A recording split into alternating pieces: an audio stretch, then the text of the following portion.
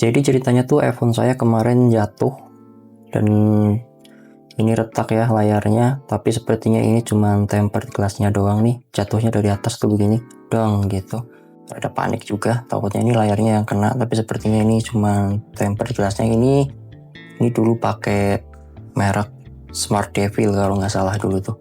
Mahal juga tuh dulu tuh saya beli, tapi malah begini. Akhirnya saya beli lagi yang baru, ini dari Rapatech. Ini salah satu yang terlaris di pasaran. Saya beli sama casingnya juga, casing yang bening. Oke, mari kita coba buka.